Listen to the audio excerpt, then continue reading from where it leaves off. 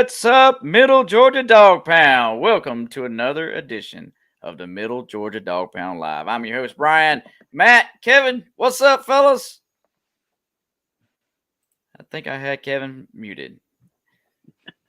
Oh, there we go. That's okay. It's fine.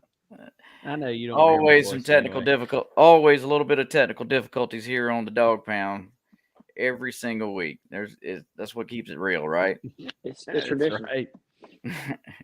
Absolutely. Well, it is officially that time, y'all. It is Gator Hater Week.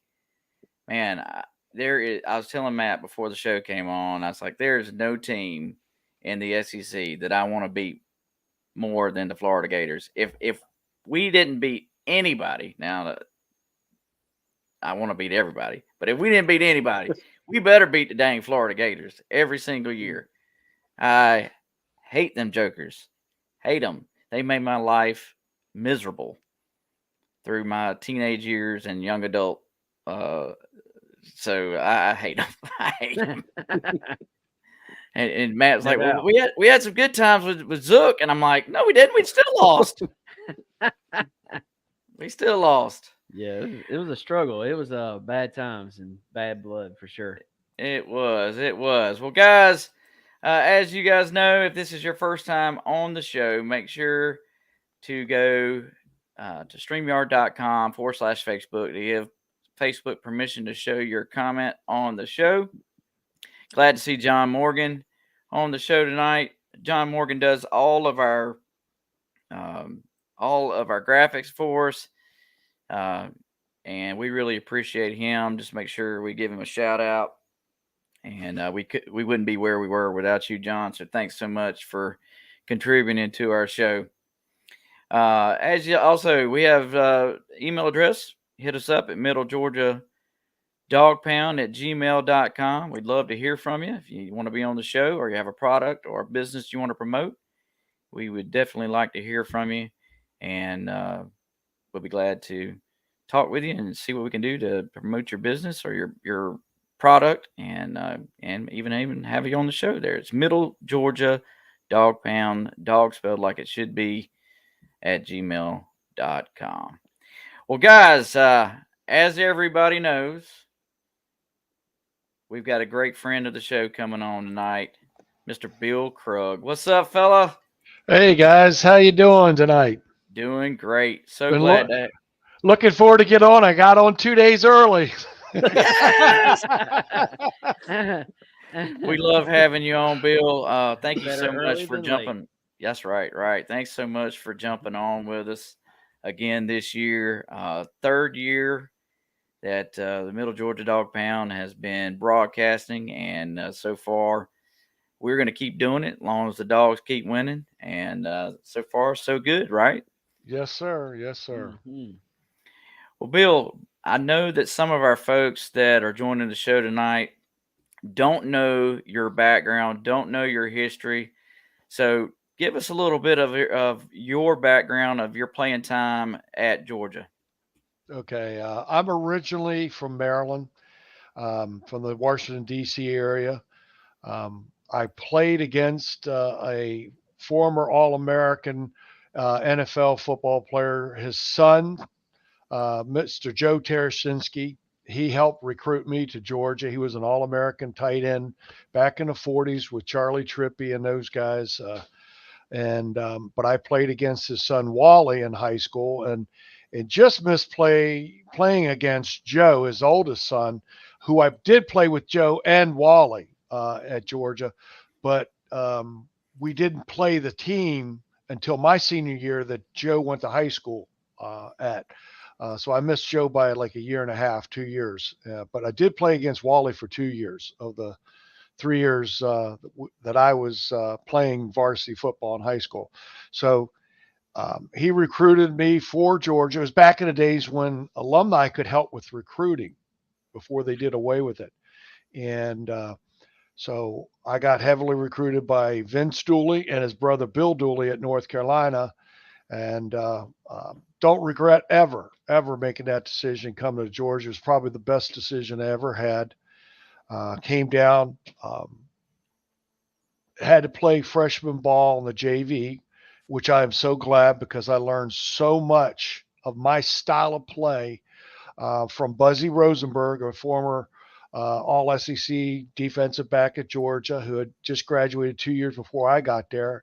And Mike Estranas Jr. was my other defensive back coach, um, and everything. Um, but they helped instill in me a style of play and a few other uh, things that I was known for when I was at Georgia, which was basically, which is taken for granted today, was as much film.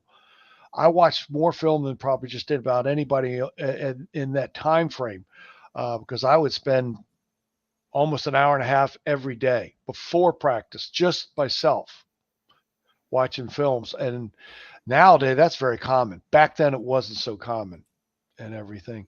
And it was from all that film watching that I picked up on things during games very quickly.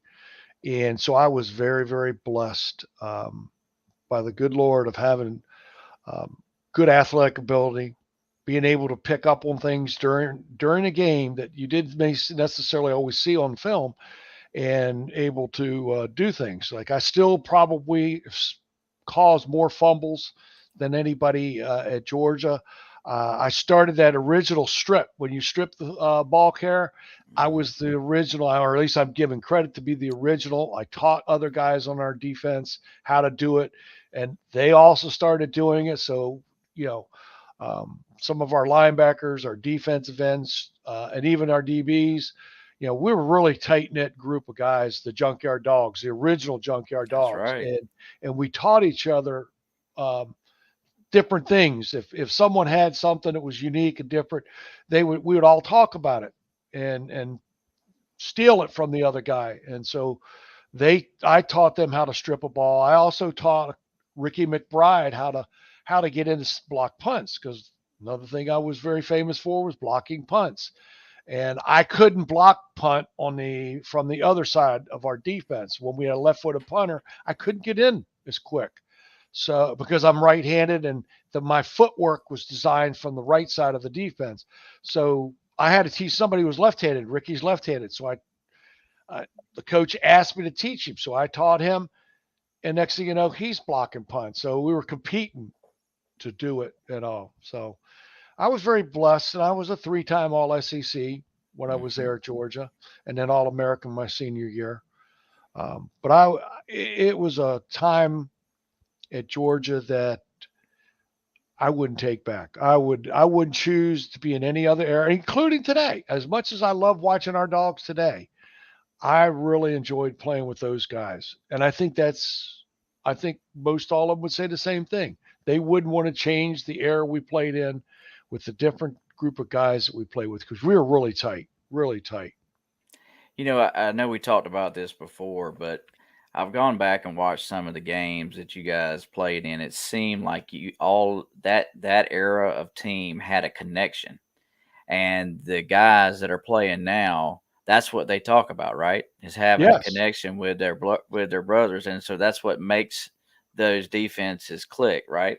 And absolutely, so yeah, absolutely. that's a cool aspect of the game. That's one of the elements of a great offense or defensive team, is how well you gel and click together. I mean, Irk Russell, everybody, I just have to say his name, and most every Georgia person knows who we're talking about. He was just an unbelievable individual. He stressed gang tackling. In practice, we had to run to the football, and if we started getting a little lazy, he would chastise us and warn us. We didn't always do full speed tackling all game long, all practice long. He had a very short period of time that it was full speed, go at it. But if we started screwing around a little too much, which occasionally you do, um, he'd warn us. And if he didn't see us pick up the pace and do what we were supposed to, right to it. He'd go right to it as kind of small punishment. And usually we just pick up the pace, and everybody ran to the football. Everybody, because you got to get in that habit. He was really teaching you good habits, good technique, and he didn't want the um, bad part of it to creep into your game plan, bad habits. So he was always constantly emphasizing good technique and good habits. And absolutely was right. And that's what they do today. Kirby and them, they teach good habits, and that's why they're so daggone good today. Yeah, absolutely. Totally agree.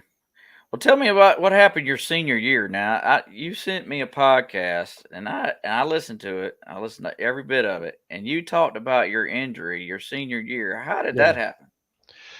Well, that podcast, I'll just say that you're talking about was with a high school buddy of mine who went on to Virginia Tech after he was finished. He was behind me a year, and then he went into the NFL and played for the Jets for a year. And now he's a preacher. He was for many years in New York, and now he's in Philadelphia. We had our 50th high school reunion for our city championship team. My senior year, our high school, which had been prior to my going to Bishop McNamara High School in Washington, D.C., had been basically everybody's homecoming queen team. You always wanted to play them because you were a doormat. McNamara was a doormat. But when I got there, it wasn't me. It was just the culmination of all the right players coming there together in a 4-year period. And we turned that completely around. We got into what is called the Catholic League at the time. The best high school football in the Washington, D.C. area is played in the private school, and it was mostly Catholic. That's where DeMatha, most people have heard of DeMatha, St. John's, Carroll, um, Georgetown Prep, Good Counsel, and so forth. And we got in it my senior year, and we ended up winning the Catholic League in our first year there. And they had just reinstituted the city championship game, which what that meant was the Catholic League champions played the inter high. That was the DC champion. And so we got to play in RFK Stadium, which is where the Redskins played. And my brother Dave had played in it 10 about 10 years earlier. They stopped it after his game because there was a riot in that game after the game. Um, and so they stopped it for 10 years. And then my senior year, they started it up again. So my family's kind of got a history of that game in that game, Mm-hmm. and bookends, but they still started having problems again and stopped it the year after I finished. But that guy, what you're talking about, he never knew that why I didn't go on to the NFL. My Right. senior year, I had finished my eligibility, and in the time of waiting to the NFL draft, I was in a fraternity, and so I played intramural soccer with my fraternity brothers. And that was the one thing my father had warned me about. Never, once I was at Georgia, stop playing intramural type stuff. Don't play against people outside of a truly organized college level ball of any kind, you know. And I just love to play sports of all kinds. So I played soccer for my fraternity, and I was a defender, and I went to make a sliding tackle and just totally butchered it. I mean, I was great baseball player, so sliding was nothing out of the ordinary. But this was the absolute worst slide I ever did in my life. Slid into where the guy was kicking the ball at the same point he was kicking it. My knee hit the other side of the ball and the ground at the same time. All that pressure from that kick and hitting the knee into the ground just blew up and totally blew out my knee. Um, to where it was an ACL, MCL. It was so bad in that respect. They didn't know how to repair it at the time. Today, they put the cadavers. That's I think RG3 from Baylor was the first person that had that surgery and it was successful. That didn't even get invented till like 1990. So I was like 14 years too early. Mm-hmm. 12 to 14 years too early for it. And so I still tried at the scout combine when they came to Georgia, but I hadn't been able to work out or anything. I gained an extra 10, 15 pounds, and ran the 40-yard dash in 4.85 at 15 pounds overweight, and about the 30-yard mark, I pulled a hamstring. Mm. So I think I did pretty damn good considering I pulled a hamstring at the 30-yard mark, and I still was running with an injury and all. But that really, the Colts, the Baltimore Colts had contacted me. I told them all then, look, what happened. And so I didn't get drafted. I was supposed to be in the first round or second round draft choice had I not gotten injured.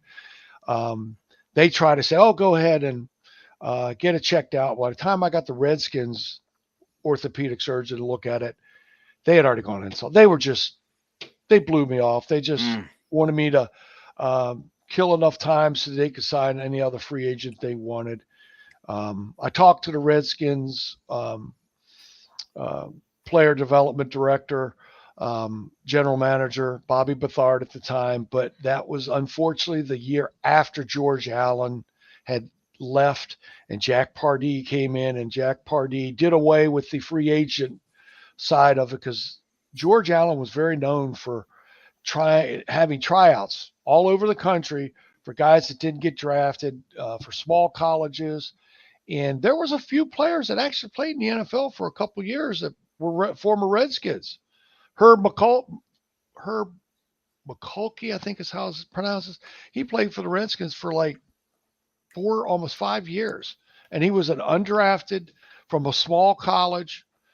He got it. They did a tryout out in like Los Angeles and brought him into camp.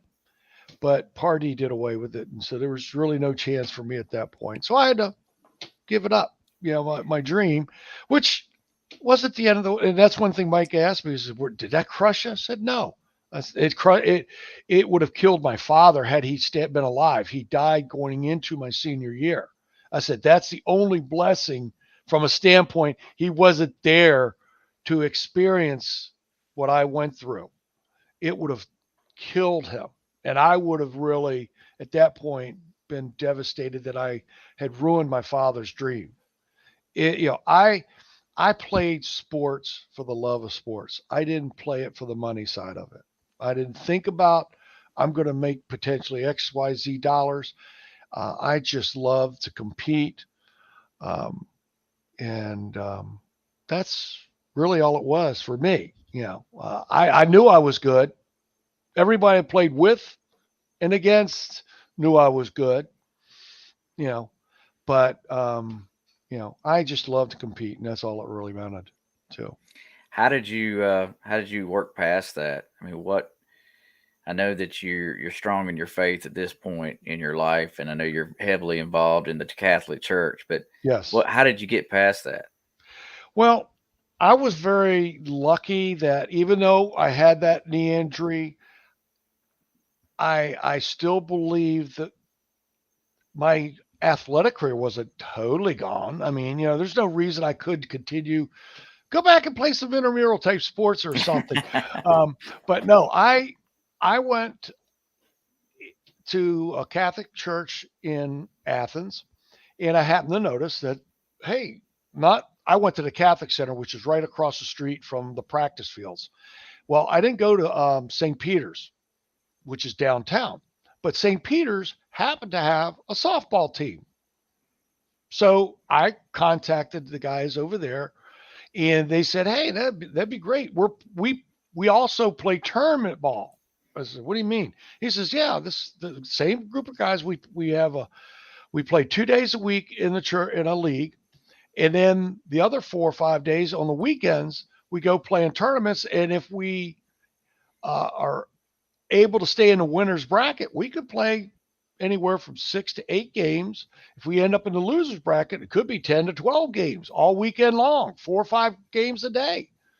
And so they invited me to play with them during the regular season. So and then it evolved into the weekend too. And he said, "Hey, do you know any other football players?" So guess who came on? John Akaki. I got John Akaki to play with us. I got Ray Goff to play in a tournament Oh with us. wow! He played that one tournament with us, as did Ray Donaldson, who ultimately went on to be an All-Pro center at the Dallas Cowboys. He Mhm. came and played that long weekend with us. But they didn't stay after the tournament. They just enjoyed it. But John and we played for a couple years, and we traveled all over the state of Georgia, played state championship, state of Georgia in softball. Um, Enjoying it thoroughly. We enjoyed it because a lot of beer drinking in between games. I A got lot you. of beer drinking in between the games, and we took our girlfriends, which ultimately became our wives at the time, with us. But it was a great group of guys, just a lot like our college football player teammates. I don't see them anymore, but I would love to get together, just say hello to them all. Yeah, They were just a great absolutely. group of guys. All right, so you got to tell me, grade out this defense, grade out this offense that Georgia has this year. I know you've been watching them. Tell me what your thoughts are. I know it doesn't look like the last 2 years of defense that we've had, but we're still holding opponents to 14 points a game. That's what we're averaging. I'll tell you, I think our secondary is better Okay. this year than it's been overall the last 2 years. I think we've got a lot stronger secondary. Um, I'm very disappointed in our inside linebackers. Not because they're first year starters. They're not. That's why I'm very disappointed. I think they are not playing as well as they did last year. I think they have not communicated as well to the other players. I don't know why it's that way, but there are times I see disorganization, and it's coming from them more than anywhere else because they're the ones that have to communicate the signals. Um, we don't have that dominant interior lineman like Davis or Carter, Mm-hmm. or actually even Devontae Wyatt. Devontae Wyatt. Mm-hmm. Now don't get me wrong. I think Brinson, Stackhouse, Logan are great players individually, but they're not pass rushers. We're not getting that push up the center. Um, we still haven't got the edge where I'd like to see it. It's getting there slowly but surely. It's still young, somewhat in the on one side. Um, Chaz Chambliss is getting better. Um, Much better this year, I think, than he was last year, and he didn't do too bad last year. I think he's he's getting better, but we're still letting sometimes, especially it came out in I think it was UAB where they ran a lot on us, quarterback wise. That's that's unacceptable. Yeah. That's unacceptable in my opinion. Auburn was horrible. Auburn, yeah, but Auburn, it was pre-planned. They have an extra blocker. Um, didn't have to worry about them passing. He can't. That quarterback could pass if to save his life. I watched him play earlier in the year. I mean, and that was the sad part is we knew he couldn't throw the ball worth a crap. You know, That's so why it was so that's disappointing for me. yeah.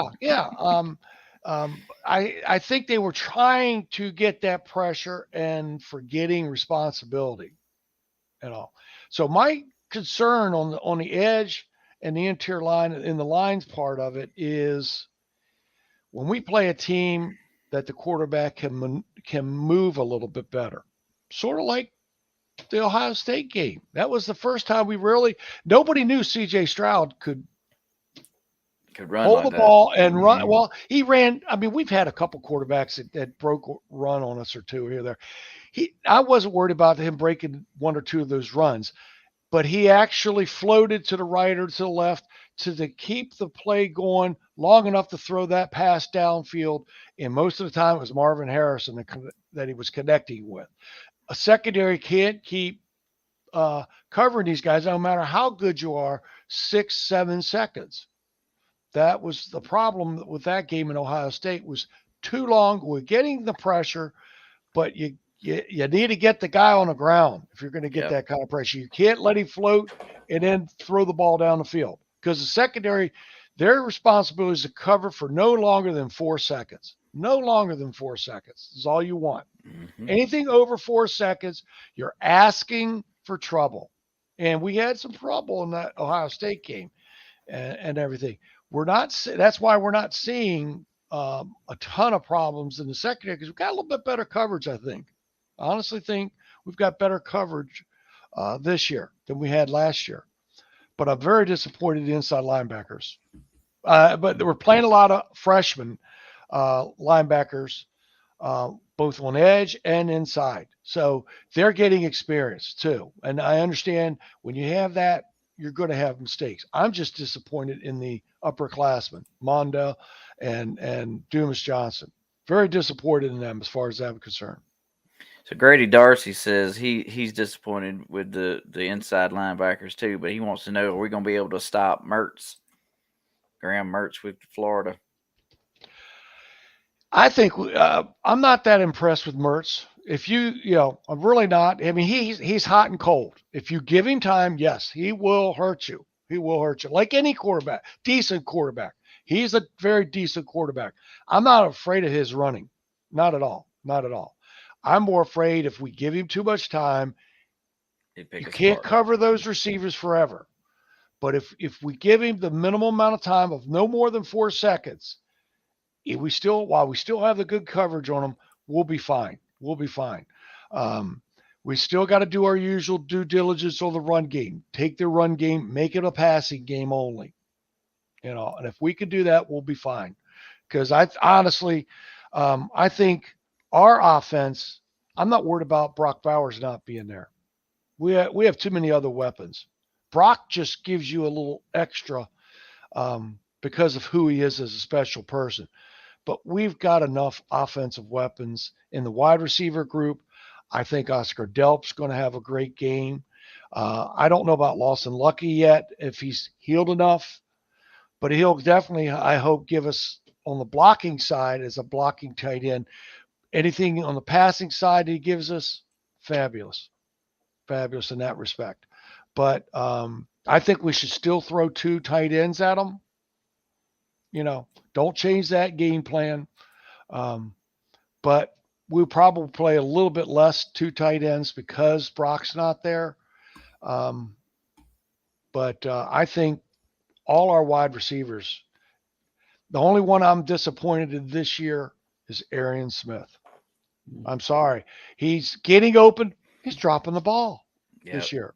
He's dropping the ball all the time when the ball's there.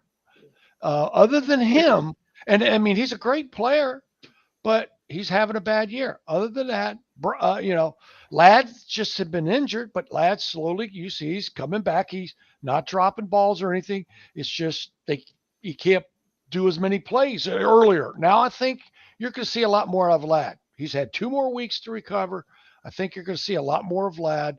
And our 2 transfers have really begun to come on. Robert Thomas and Lovett. Yep. They're starting to come on. Rosemary Jack Saints, he's been Mr. Consistent in everything. So I honestly think we'll be fine on the outside wide receivers. They'll pick up a lot of that slack. Our running backs are slowly but surely, I think, getting healthy. Robinson should be back, adding another bruiser type back. I just pray from the running staff, Edwards doesn't go down. Yeah, absolutely. Because he's really, really coming on. He's really coming on. Yeah, and Milton, he's our workhorse. I just don't know what to say about Milton. He gets injured too easy for some reason. But Mr. Glass. he's not so bad. Hopefully that little MCL was possibly a little tweak. I hope that's all it was. We don't know. Well, I made I said last week that we needed to wrap him in bubble wrap when he plays because I've never seen somebody so fragile. That's a running back. Yeah. I wonder what is Paul. I know he's supposed to be able to play, but for some reason they're holding him out. Maybe he's not as healthy as we think he is. I mean, that was a serious injury he had last year, and it sometimes takes some guys. It takes almost 2 years to heal. I mean, like Chubb, right? He wasn't himself his first year back. It took him 2 years before he was back to his normal self. So, well, Kevin, I think you had a question for Bill. Yeah, that he basically covered it. I was going to ask him who does he think that is going to be the the one that steps in for Bowers, because everybody is questioning that. Everybody's wondering, we had Bowers go down. Who's going to be that guy that steps up in the place of Bowers to fill that role? Well, Oscar will do well. He's not going to replace Bowers, but Ladd will pick up a lot of slack, I think. If he's healthy, you've been seeing him get healthier and healthier. I think Ladd will get back to normal. And when he gets back to normal, some of the passes that Bowers has been getting is because Ladd's not been there. Beck has been there all this time for 2 years with those two guys. Mm-hmm. Whereas Dominic Lovick and Ra, this is their first year with him. So they've only had 6 months with him. And he's getting comfortable with them. And they're getting comfortable within the system and learning all the routes. So that's why I think they'll begin to pick up. But Ladd has already been there. He's been there 2 full years with Beck, maybe going on to 3 years with him. So I think Ladd will pick up a little of that slack just because of the amount of time and the chemistry that I think he's developed over time. But, and then you still have, and I don't mean to not mention Rosemary Jack Saint. He's been around long enough too. He'll pick up a little bit of it there as well. Yeah, my concern is with Ladd is he's still on a pitch count, due to his injury. That I don't know, but we've had 2 more weeks of healing. If he's been on that pitch count coming to the off week, they should have just let him do all the running he needs. But he's in a black shirt. Not tell anybody he's in a black shirt. Don't hit him. Let him run his routes, catch his ball, so he can get the conditioning in, but he doesn't get any of the physical hit, which might aggravate whatever's wrong with his back. Yep. Well, I got one more question for you, and then we're gonna jump on through the show here. But John Morgan says, a bit off topic, but can I ask Mr. Krug his top 3 UGA DBs of all time? Oh, geez. Champ Bailey's absolutely in the top 3. I tell you, I would like to say Buzzy because of what I was coached by him my freshman year, and I know Buzzy was good, but so if Buzzy, if you happen to be listening, you're not in my top 3, but you're in my heart, brother. You're in my heart. You're in the top 3 as far as coaching, as far as I'm concerned. Champ Bailey, Terry Hogue has to be up there for what he did in the 80s. Richard LeCount. I like that. Malachi Starks might take and boot Richard LeCount to number 4. The way he's going. Wow. What about Baker? Baker, he won the best defensive back award in the country. I know. He won the. You know what? I'll put a tie with him and LeCount. I forgot about him. I was thinking about it. I was trying to remember his first name because I think he's out of the NFL since he had his little problems with the Giants and everything. I never saw him pop up anywhere. That's kind of why he's kind of been out of mind for a while. But yes, you're right. He was an outstanding cornerback. Great shutdown cornerback. But I of all of them, Champ Bailey. I like it. I was going to say Kirby Smart, but I mean that's just me. Oh, you might want to get your hanky out. Yeah, just kidding. Well, Bill, thanks so much for coming on. Hey, hang out with us, man. We'll get into these pick'em games and we'll talk a little football. But we're at a point now in the show where we like to.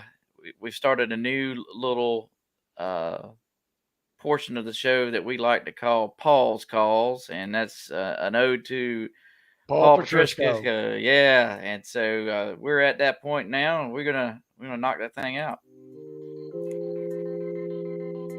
All right, let me see if I can get these videos to play, and we'll. So the Paul's Calls this week have to do with some punt returns, and so I'm gonna get those things rolling, and we will take a look at them. Our first play this week, the offense is in punt formation. The kicker's going to take the snap. He's going to roll to his right, and then he punts the ball, and he's contacted hard by number 4 of the defense. Now, typically, this degree of contact would be a roughing the kicker foul. But the roughing the kicker rule states that when the kicker carries or possesses. All right. Well, it says it failed to play. I'm assuming you guys weren't watching it. It was watching. No, it was playing. It was playing. All right. Our first play this week, the offense is Our in first punt play formation. this week, the offense kicker's is going in to punt take the snap. formation. He's going to The roll kicker's to going his to right, take the snap. and then He's he going to punts roll the to his ball, and right, he's and then he contacted punts the hard by ball, number and he's 4 of the contacted defense. hard by number Now, 4 of the typically, this defense. degree of contact Now, typically, would be this a roughing degree the of kicker contact foul. would be a roughing But the kicker the roughing the foul. kicker rule But states that the roughing when the the kicker kicker rule carries states or that possesses when the the ball kicker outside carries the or possesses tackle the box, ball the outside the kicker's tackle protection box, under the the roughing kicker's the kicker protection rule under the ends. roughing the kicker By rule, the rule tackle ends. box is By defined rule, as the 2 tackle lines box is parallel to defined the as 2 sideline, lines 5 parallel yards to from the the sideline, snapper, 5 from the yards neutral from the zone snapper, all the way back to from the the neutral end zone. And from an officiating standards perspective, we use the normal tackle as our guide, but we see that in this formation, the kicking team has very wide, exaggerated splits. And if we don't have a tackle in their normal position, then we revert back to the 5-yard guideline either side of the snapper. And so as we see the kicker rolls right, it's clear he leaves the tackle box before the contact. So this is a legal play by number 4 of the defense and not a foul for roughing the kicker.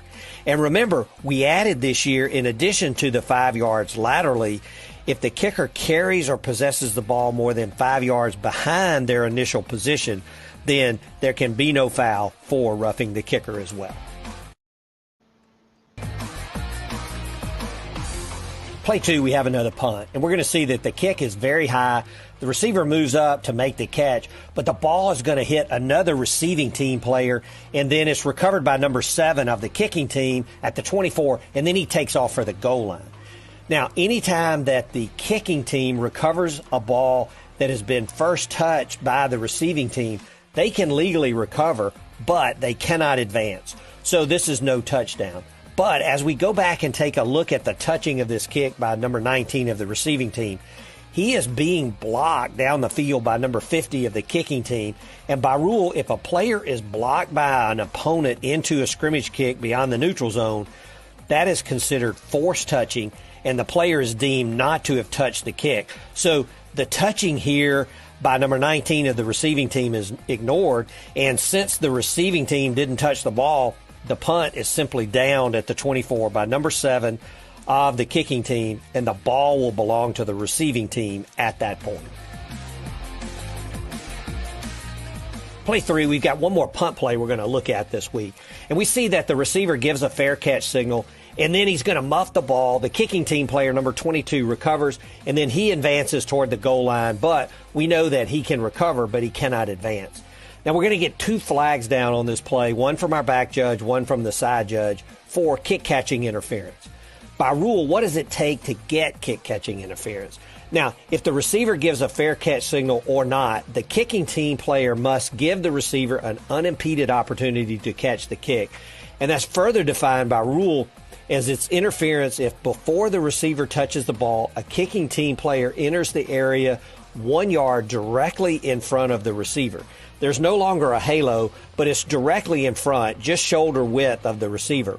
And we're going to see that the kicking team player here, he gets within 1 yard of the receiver, and maybe there's some slight contact of the knees. But kick-catch interference is different from pass interference, as pass interference requires physical contact, but kick-catch interference doesn't necessarily require contact, just impeding the receiver by being in the 1 yard area directly in front of that receiver. This is a correct call for kick-catch interference. So I was hoping they were going to have the one on from the Tennessee game and from the Iowa game. Tennessee got a fair catch called back because the receiver that didn't catch the ball, he holds his arms up like this, and they're saying that was a fair catch signal. Yes, anytime it's your hands. You don't have to go over your head with it. If it reaches out to the side, that's considered a fair catch. I mean, that was back in the 70s. Yep. So So that's the whole thing. Now, if he reaches his hands forward to catch it, that's not a fair catch. When you put it out to the side, they take that as a form of a fair catch signal. yeah, And Iowa that's why it was had a called. touchdown call back because of the same similar situation. Mm-hmm. So hopefully they'll be on next week's show, and we can show those and maybe get Paul to give us his opinion on it as well. Well, guys, let's move into the portion of the show where we talk a little bit about the upcoming game with the Gators, and as always, we rolled that Florida game footage. The game everyone's waiting for here in Jacksonville, Georgia and Florida.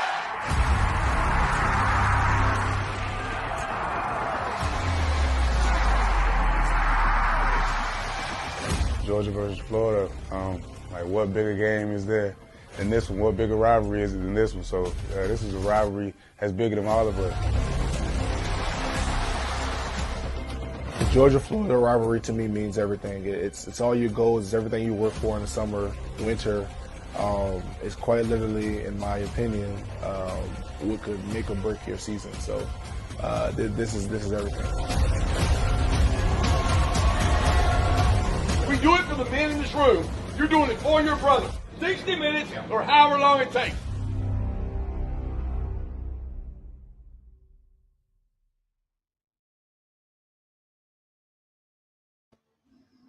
There's no team that I distaste more than the Florida Gators. Here on the Middle Georgia Dog Pound, we truly believe that being a real Georgia fan is to be a Gator hater. That is what we truly believe. As you guys know, their mascot is the Gator. Apparently, they had a live Gator at one point in 1957, and then they had a couple of motorized Gators and robotic Gators, and then ultimately they went with this costume here, and now they have a female Gator who is Albert's sidekick, and her name is Alberta. How touching. Billy Napier is the head coach. Billy played quarterback for Furman back in 99 through 2002. And then he had a quick stint of coaching there from Clemson, South Carolina, back to Clemson. He was at Alabama as an analyst, over at Colorado State. Then he came back to Alabama as the wide receivers coach. And then Arizona State as offensive coordinator. And then, of course, you guys know he was with the Raging Cajuns from 2018 to 21 before he took over with Florida. Now, at the beginning of the season, we didn't think that Florida was going to get past 500, and they have surprised us with a couple of wins. And so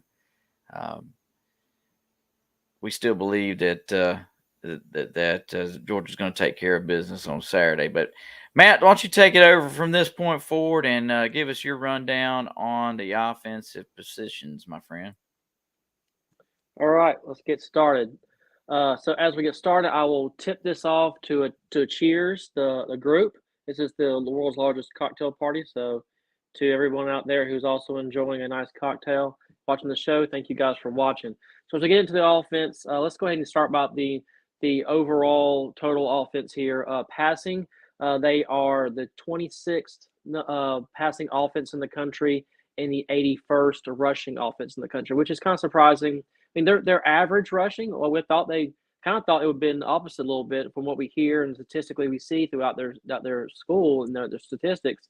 We thought that, I mean, they're a heavy run team, that they would have a better rushing stats, but that's ultimately they're passing the ball pretty effectively this year, sometimes because they've had to. They've had to do a lot of passing to catch back up in games or to at very end of games kind of put points on the board. So that's kind of caused some of those reactions. They have rushed the ball about 8 times more than they have passed it. So they're a pretty 50-50 balanced offense there. As we get into the starting quarterback here, Bill was talking about a little bit ago, Mertz is a starting quarterback. He's got a little bit over 1,800 passing yards. He's got 12 touchdowns and only 2 interceptions. That's actually very surprising. So, I mean, coming from Wisconsin, that offense was terrible. I think so. We all expected this, that he's kind of going to take that terrible offense and be terrible over here, but he actually has stepped up a little bit, which is kind of surprising because we kind of got the opposite when they the Auburn quarterback who came from Michigan State. I think it was I forget his name. Sorry, but he was 3,100 yards passing in Michigan State. And he's come here and he can't pass the ball at all. So I guess these guys just flip flop a little bit when it comes to their school transfers. So he's actually taking care of the ball pretty well. He's averaging about 271 yards a game. Now some of that's inflated coming from the last game against South Carolina where he threw for over 400 yards. But he's had a few 250, 300-yard games this year because they kind of had to. But he's averaging about 270, which is pretty solid for them. Is he going to beat you, deep balls all day long? No, they like to do a lot of underneath screen passes. They'll do a few deep downfield throws every once in a while to keep us honest, but a lot of their stuff is going to be underneath to running backs, tight ends, wide receivers in motion, things like that. So we won't have that deep ball threat that those streamlined inside cut stuff. We won't see a lot of that stuff in their game. So it comes to us when it comes to our tackling. We're going to have to do some really good tackling on these guys. I think it's one of the major components to beating them offensively is we have to make tackles. And so one of the things I will say, and I think we alluded to a little bit ago, one of the problems they are having is some of their offensive line stuff. They have 19 sacks so far this year on the quarterback, on their quarterback. So he's taken some hits. So I think like Bill was talking earlier, if we put pressure on him to make bad passes, that's kind of what we got to do. We always can't sack the quarterback. We probably won't get a chance to do that a lot. But if we can put him in situations where he's backpedaling and making bad throws and forcing incomplete passes, that's how we'll win, I think, a little bit with them. We have to bring, I know we always talk about, I always want to say we need to bring 5 East every time. I think we need to do that with our experience we have back there, a linebacker. As we get into their running backs, right here, we have Johnson Jr. and ETM. So Johnson Jr. is about 438 yards rushing so far this year. It's averaging a little bit over 2 yards a carry, which is pretty good. He's had 2 100-yard games this year. He's also has caught 125 yards in passing. So he's also a part of the game in the passing game as well. As we get into ETN, he's got 407 yards. Like, these guys are pretty equal on the carries they get and yardage. He's got 3 touchdowns. He's averaging almost 6 yards a carry, which is pretty stellar as well. He only had one 100-yard rushing game. Between these two guys, like I said, they are half their games. These guys are getting a lot of rushing yards in. But he also has 87 yards receiving, so he's also a threat there in the receiving factor as well. So moving to the receivers, it's really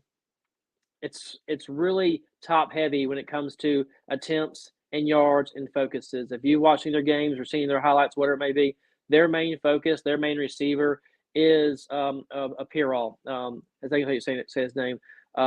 He is their main guy. He's got almost double the catches versus the next person down, the next guy down, which is Wilson here. So he's got 619 yards. He's got 3 touchdowns. He's averaging 14 yards a catch. He's had 3 100-yard plus gains so far this year. He's also got 23 rushes for 170 yards. So he's also involved in the run game as well. So he gets a lot of the attention. That's their main guy. So it's kind of like what we did a little bit last week when we played 2 weeks ago, played Vanderbilt. We knew their best receiver was Shepard, and we kind of isolated him. We're going to do kind of the same thing to this guy as well. But we also have Wilson out here. He's got 251 yards, 1 touchdown. He's averaging a little less than 10 yards a carry. He's also got 48 rushing yards as well. And then the third one I have here is their tight end. His name is Boardingham. He's a good sized guy, big body, tall, good height and length on him, good long arms, has good ball control and stuff as well. He's got 205 yards, 4 touchdowns. So he's also going to be a key contributor to them. One of the things I will say about their offense is that the top players for every one of their positions is a transfer. So it's completely different. That's why I think our team is better, because our team are guys who've come in, stayed, developed and believe in that family, that brotherhood, like we talked about a little bit ago with Bill and those past teams. These guys are transfers who have come in and who maybe not have collected to that team yet, like we see. And the last one I have up here, I know you're just like, "Was one more?" Yeah, there's one more. Here's the kicker. Y'all will say, "Why would you have the kicker on this?" Well, their kicker has had 12 field goals, has made 11 out of the 12. That's pretty good. And the one that he actually missed, he really didn't miss it. It was blocked. So yeah, that's kind of on them. That's also a good defensive play as well. So this guy could easily be 100% accurate right now. He's going to be a weapon for them. He is 5 for 6 for anything over 40 yards. And all the ones he's done over 50 yards, he's had 2 or 50 yards, he's made both of them. This guy is going to be a weapon. I hope we see a lot of him. So that means they're keeping them out of the end zone. But he's also a very big weapon for them as well. So just that's the overall scheme for them. I think we apply pressure to that quarterback and that offense. We'll be good. I'll give it over to Kevin for the defense.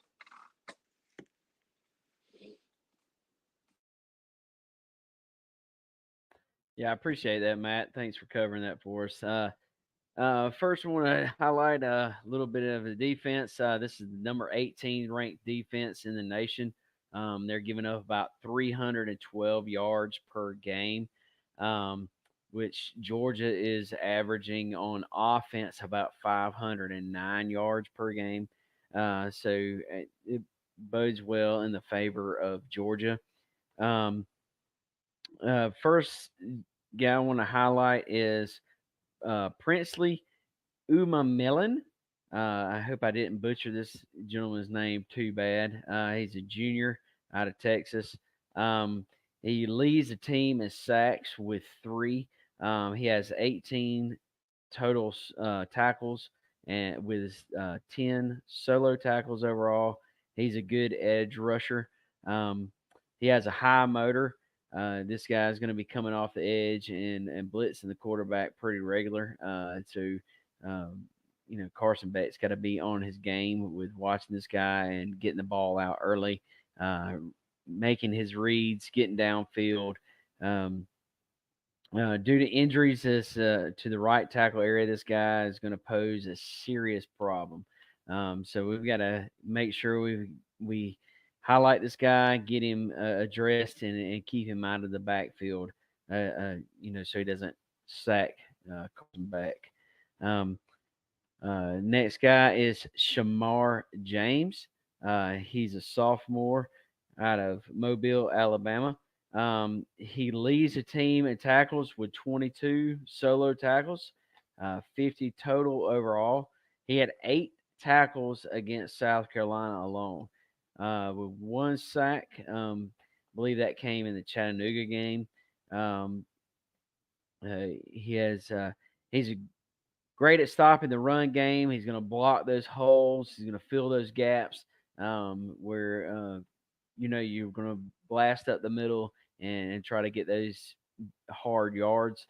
This guy's going to fill those gaps, but he can't be discounted in the pass game either. He has great short game pass coverage ability where he covers those tight ends, get those where we get those little short dump passes over the middle. He's going to cover those tight ends.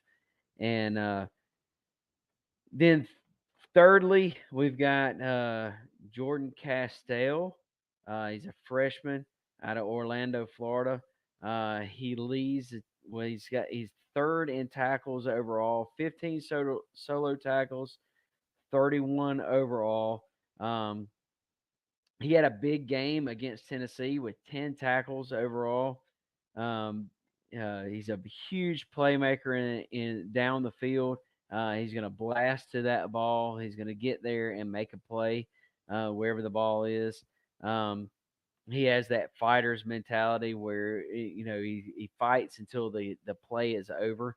So these are those guys that are going to be those huge plays down the field where you think you've got a huge gain. Somebody's open, he's going to blast over to that center of the field and possibly knock that ball out. These are just three players that I wanted to highlight over the defense, and some guys that we need to watch out for.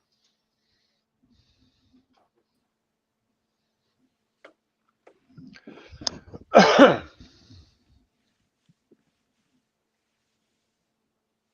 guess I was muted. Thank you so much, Kevin, for covering that. Yeah, we definitely got our work cut out for us for sure. We don't know what team's going to show up, whether it's going to be the Tennessee team that came to play again, team to play Tennessee and South Carolina, or the team that played against Utah. We don't know what we're gonna have, but I can tell you one thing: if you want some gator tail, I know where to get you some. We're at Strickland's General Store in Bogart, Georgia, and they got a lot of good meats here, man. They got a lot of red meat, they got a lot of chicken, some sausage, but this week, it's cocktail party week, and they got some meat that you gotta try. Whether you smoke it, grill it, fry it up, it's gator. Let's check it out. We have 2 gators frozen. They are from Louisiana. Killed this year. We're going to offer it to some dog fans. Bunker down. Everybody goes around and says it tastes like chicken. It actually does. A little gamey chicken. Good piece of meat when you grill or smoke it. How would you recommend you cook this thing? Low and slow. On a grill, a low temperature, about 6-8 hours on 225. You named the gators? Spurrier. This is Urban. Sounds about right. Love it. Love it. Love it. It doesn't get any better than that. Doesn't get any better than that. Well, guys, it's that time of the show where we jump into our pick'em games. So let's knock this thing out. What do you say? Let's do it. All right. So first game that we're gonna go over is gonna be Georgia State and Georgia Southern, keeping it home. But before I do that, I got to remember to bring our listeners up to date on where we rank. As you see, things kind of accelerated pretty fast for the head honcho. Back in the lead where I should be. That's exactly right. Back in the lead. And old Kevin, he's, I don't know what to say. I think his season's over. Kind of like old Caleb Williams from USC. Just throw in the towel, man. Just throw in the towel. Hey, don't take that. Don't take that, Kevin. Don't take that. That's fine. That's fine. That's what, nothing. I can't expect anything else from my big brother. All right. So Georgia State, Georgia Southern. Matt, start us off, man. Tell me why you chose this game. So I picked these two teams not only because they're two local teams for us, but they're actually both having pretty good seasons this year. And so honestly, if we look at it, if Florida State, if Georgia State wins this weekend, they get to go play. Who is it? Is it Air Force? No, not Air Force. What's the other? Navy James or Madison. Army? James Madison. They get to play James Madison, who's also was ranked at one point to see for their league championship stuff. So it'd be a contender there. So it's kind of an interesting kind of matchup. These two teams are both trying to get bowl eligible, which they probably will for sure. But there's local guys, and they're playing. They get two good years so far this year. One's 5-2, one's 5-1, and so I think that's a pretty solid. Just give a little love to the other teams who are doing good in the season. I'm going to pick a crazy pick. I know you're surprised by this. I'm going with Georgia State. I know they're going to be on the road. I know they're going to be on the road. I know they're not the great established like Georgia Southern is. And Georgia Southern has a really good offense. They really do. But Georgia Southern's quarterback has thrown 10 interceptions. Their team is one of the highest teams with turnovers. So if I believe Georgia State can go in there, cause some turnovers, they can pull this upset out. Wow, I like it. So that's my upset pick. I think ultimately, I think Georgia Southern will probably win the game, but I'm going with Georgia State for my upset pick. Okay, I like it. Kevin? Did I lose you, Kevin? Are you still there? No, I'm here. Okay. I came back. It was a little glitch there for a minute. What's your thoughts? This is going to be a interesting game for sure. I think this is a game that's going to be a match of evens. But I've got to go with Georgia Southern just because I think this is where my youngest daughter is going to end up going to school next year, and I'm going to pick them to win this game, 27-21. I like it. I like it. Bill, what's your thoughts, buddy? Well, I've got here with my buddy Nomi Dog right here on my shoulder, and we've been talking about this, and I kind of think Matt's on to something. I honestly, and Nomi's in agreement that we think Georgia State's got it this week. Just because Kevin's prejudiced towards his daughter, I mean, I respect that. But I love my daughter, but doggone it, I'm not just going to choose it because Nomi says it too. Just, blood is blood, but this is football. I like it. I like it. Let's see. Let's see. John Morgan says Southern is going to go over State. Grady Darcy takes Southern 27-24 over State. That's right. Yeah. And Grady Darcy says Irk Russell Love. Yep. Yes, sir. I like it. I'm going to go. I think I'm going to go Southern. I've got a good feeling that Southern's going to win this one by it's going to be close. I think it's going to be a low scoring game, similar to what Grady's got on his score of 27-24, but I think that Southern's going to pull this one out. And this game is tomorrow night for everybody who's out there who want to watch a good game. They're playing tomorrow night. I think it's on ESPN. Go ahead. I was just going to say 27-24 in a low scoring game. It's not a high scoring. That's just that was an average scoring game. Low scoring is 13-10. Well, this day and age it is. I mean, they run them up. Yeah, that's true. They run them up nowadays. All right, Oregon and Utah. Matt, go ahead, buddy. I mean, I'm make it simple and sweet. I'm going to go with Oregon. I think Oregon's a good team. I think Oregon should have beat Washington. I think I'm glad Dan Lanning took the credit for that loss because he did that loss for them. He cost that game to them. They should have beat Washington by 6 to 10 points. So that's on him. I think Utah is not the Utah of the past. I mean, they're a decent team, but they're not as good offensively as they were last year. So I'm going with the Ducks. I like it. Kevin? I'm also going with the Ducks, but I got it in a close one. It's 32-27. Wow. Bill, what you think, buddy? Quack, quack, quack, quack. Gonna go with the Ducks. I have to stay with my man Dan Lanning and his Ducks. Yep. I'm going with the Ducks as well. So that's an easy one across the board here. Let's see what our listeners have to say. John Morgan says Oregon over Utah by 21. Wow. Grady Darcy says 38-27. Now I like that. That's a good score too. I like that a lot. Let's see. Okay, Dad must be behind. He said Georgia Southern is going to beat Georgia State. So he may be a little bit behind us here. I like that. Georgia S beats Georgia S. That's probably right. How do you know he didn't say Georgia State, or how do you know which one's which? I don't know. I agree. Hey, he's a smart man. Way he worded that. He can't lose one that way. Hey, we didn't lose. We didn't win a lot of arguments with him in our day. That's for sure. That's for sure. That is for sure. All right, let's see.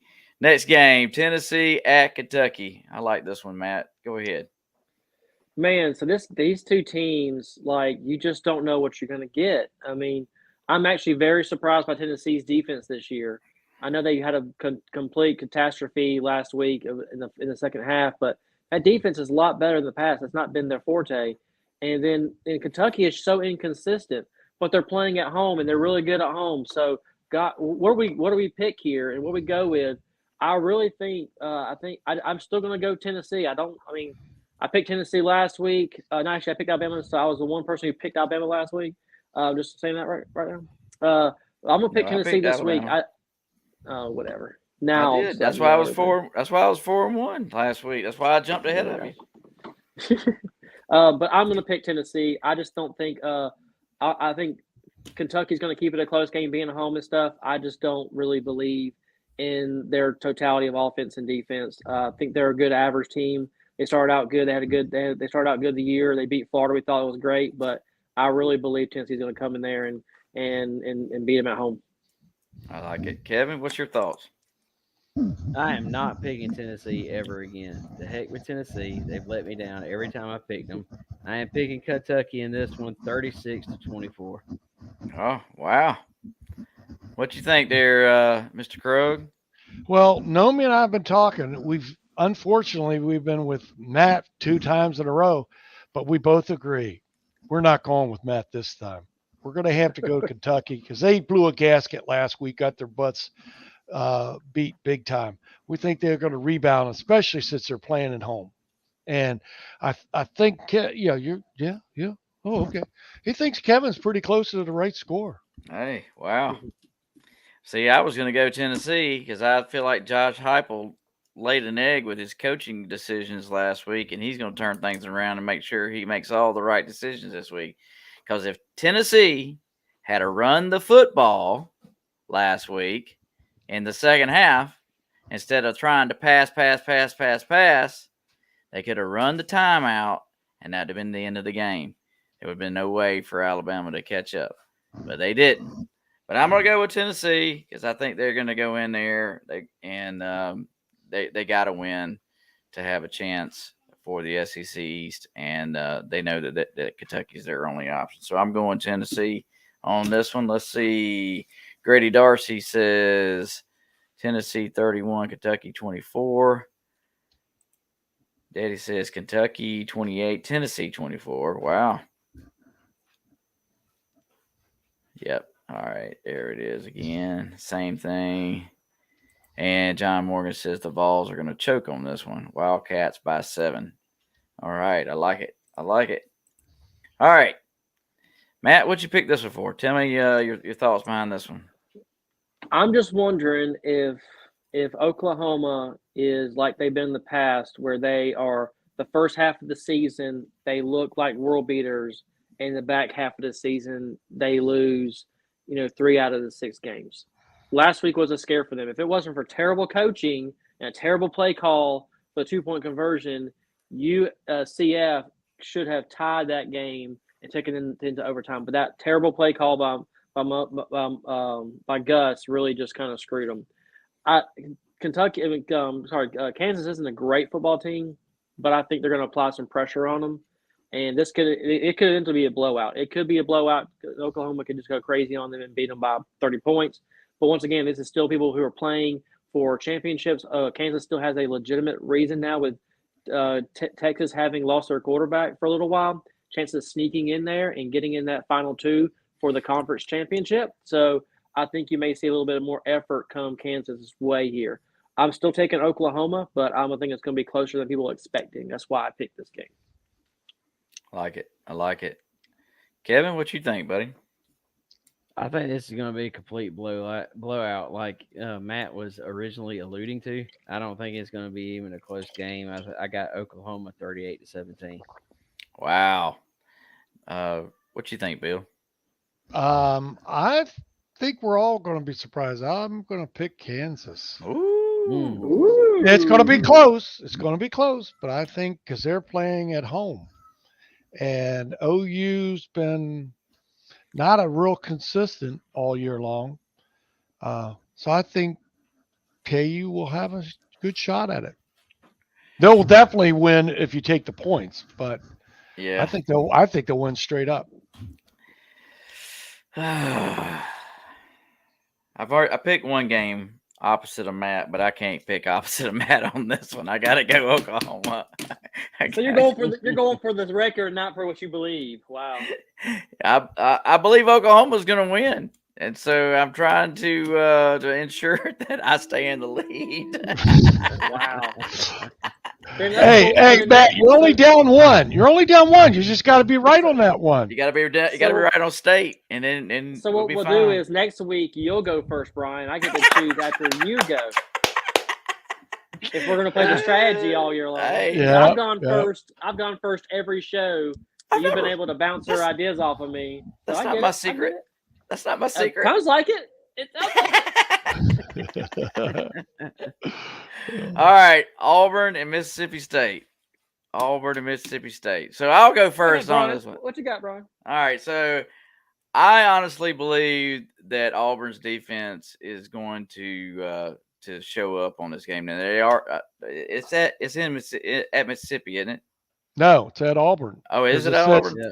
It says at Mississippi Auburn. State, and it looks at Auburn, so it's at Auburn. There you go. So, yep, I am definitely going Auburn on this one. So, Oh, he just did a flip, did he? Did no, he I was not? going Auburn. No, Oh, I was going okay. Auburn. I It was going sounded Auburn like you all were the going way. to do Mississippi No, State I there was for a going second. Auburn all the way. Auburn's defense is going to show up. Mississippi State's going to struggle. I see Auburn winning this one. I'm going to go 32-24. 32-24. All right, Matt, go. I'm in agreement with you with their defense. Auburn's defense played their hearts out last week, and if their offense would have just showed us some sign of life, that Ole Miss game could have been a completely different story.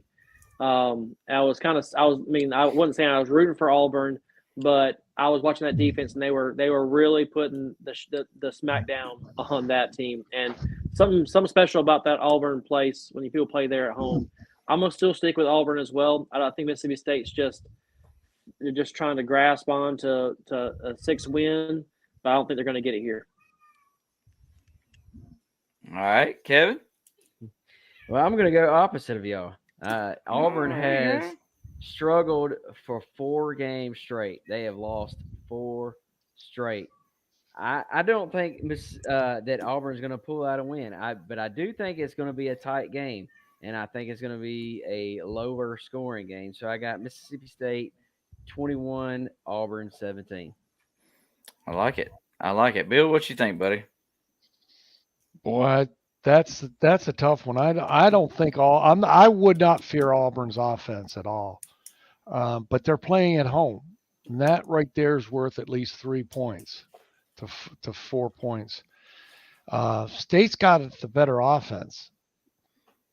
That scored 7 points last week. Yeah, I'm going to go with Auburn only because it's a home game for them. If it was the other way around, I'd go with the home team. So I'm going to stick with the home team this week because that has to account for something. And Auburn does play better at home than on the road. I will totally agree with all of those statements there. Auburn 21-10 is what Dad thinks. Let's see. John Morgan says the War Eagles pulled this one out by 10. Apparently, y'all can hear my cat meowing under the door here. Sorry, y'all. I thought it was my cat. No, it's mine. See, Grady Darcy says Auburn 42-14, and I think that's it. Yep. So that is no it. Way, Dad says no way. Auburn scores 42 points. Yeah, I don't think so either. I think it's going to be really close. All right. Game of the week. Matt, I'm going to let you take it first, buddy. So I will start out with the piece that we talked about earlier about the offense versus the defense piece of it. Florida's third down conversion in the country is number 108. So on third downs, they don't get off the field. They get off the field and they do not get first down on third down. The best team in the country on third down prevention is the University of Georgia. So if we can get those guys to third down and get them off the field, this will be a blowout win for us. But we have to apply pressure on that quarterback and not let them convert and get them to third downs and do what we did last week against. People didn't like it last week, but we moved the ball strategically on Vanderbilt for a purpose. We had long 12, 15, 16-play drives on Vanderbilt for a reason, and that's going to show up this week. I'm picking Georgia. I do think we'll still have some early struggles. I think Florida's going to – so Florida in their head, they're still in it for the East. And honestly, the East has not yet been decided, and they still have a chance for it because they only have one conference loss. So, if they beat us and they win out, they go to Atlanta. So they still have some fight in them, and they're going to bring all they can. We're going to get everybody's best game. But, and this is Beck's homecoming. How's he going to show up at homecoming? I think it's going to be better than past, because in the past Stetson has struggled, and he has struggled big time in this game. The last 3 years he has struggled. One time he got knocked out with an injury. The next 2 times we won, but he didn't play very well. So I think Beck's going to have a homecoming. He's going to be great. He's going to show up, and I think the defense may have some struggles there at some point, but we'll get it worked out in the second half.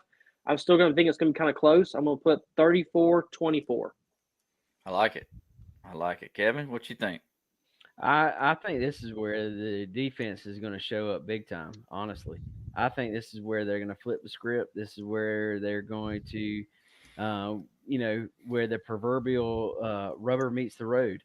I think this is where they draw the line in the sand. They're going to give up some points, but I think that overall, they're going to keep it, without, out of that reach for Florida. I think Dawes going to win this one 41-21. I like it. I like Me it. too. I like it. Bill, what you think, buddy? I think back to when we played Kentucky and how well we played in that game. And I think we're going to play a very similar style, not style necessarily, but the dominance that we showed in the Kentucky game is what you're going to see in the Florida game. For if no other reason, the guys might have a little bit of a chip on their shoulder because everybody thinks that Brock Bowers is everything to them. He means a lot, but he isn't all that we have. There are so much more that we have, and they're going to want to prove that without Brock Bowers, they're still Georgia football. They will still go out and still do it, and they'll do it in a big way. They're going to defensively, it's going to be a beatdown. They're going to pound them big time.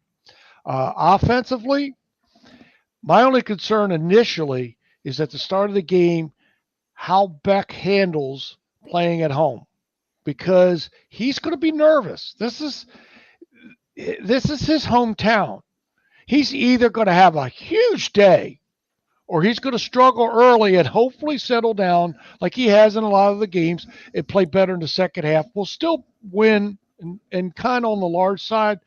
But if he really is spot on from the get-go, it's going to be bloody. It's going to be a blowout, big time blowout. But that's the whole thing. How does Beck start out? Because he is playing at home in front of his family, in front of his hometown crowd initially. Sometimes you get that jitters and you're a little too juiced. And that's the whole thing. I mean, it's not like his first start early in the year. He admitted he was nervous. This is a little different because it's an SEC game. It's an arch rival. He knows how big this game is, and it's his home crowd. There's a lot more on this for him than your average Georgia Bulldog. But I still think we win handily one way or another. I like it. I like it a lot. Yeah, I'm a little nervous that we start out slow, but if we get in a track race with Florida, they can't keep up. That is for sure. So I'm definitely taking the Dogs. I'm going to go 34-17, and I think we have a big second half. Love Horses have a big first half, but I think we start off slow and get Beck's nerves calmed down, and so he's a little more comfortable back there in the pocket, and especially I think he's going to be a different. I feel like he's going to be different without Brock Bowers out there, and so we'll see what Bobo could scheme up to make him comfortable. I'm going to go 34-17 Dogs. Let's see what everybody else has to say. Let's see. Dad says 34-16. How about that? Grady Darcy says 38-14. That's pretty close to where I was at. That's Richard. Richard says 41-17. And John Morgan says Dogs by a minute. I wish it was. I like it. I hope he's right. I hope he's right too. Well, any final thoughts, guys, before we close this thing out? Yeah. Well, So go ahead. Go ahead, Bill. I was just going to say we need to pound the crap out of them and make L.J. McCray regret choosing Florida, because one guy isn't going to help Florida enough. Yeah, because they're a long way from being a competent team, player-wise. I agree. But one more player for us can help you go to that next level, because we already have a whole slew of great players. I think he's afraid of either it's money that they gave him or he's afraid of having to compete for playing time. So that's all I'm going to say about that. Go ahead, Matt. For me, we watched some of the games. I've watched some of the past games when Florida's played South Carolina and play Kentucky. They will have these trends of poor tackling, and especially on the running backs, very poor tackling. And we know, and you heard it in last game, Edwards knows how to cut. That joker has video game style cuts. And if they try to come at him with that stuff, he's going to have a huge day.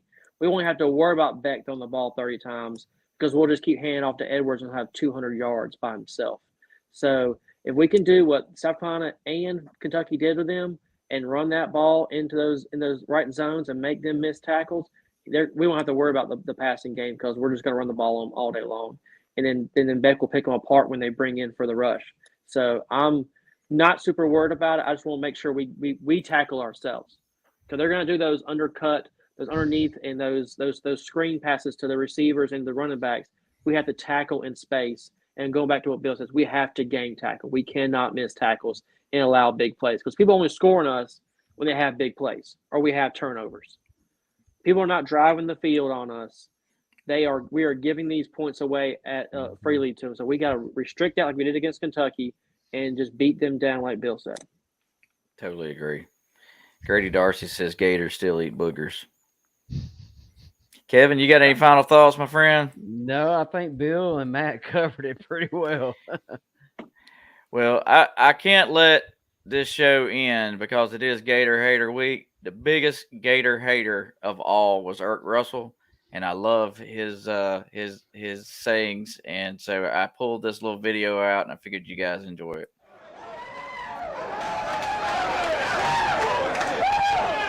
All right, listen up. Ben, by what you've done today, you've made a absolute total commitment to go all the way, every damn one of them, right? Yeah! Now, we've got a hell of a job next week. Hell of a job next week. Every week, it's going to be just like this one. But I believe you can do it. Can you do it? Yeah! Damn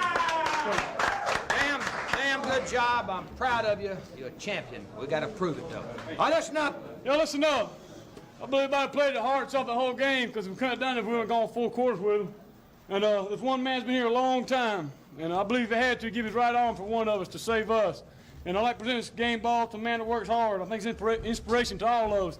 I'd like to present this game ball to Coach Irk Russell.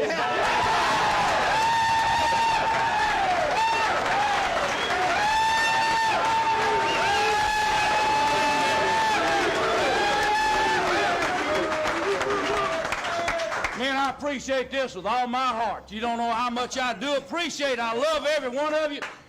And screw Florida and the mule that came in here.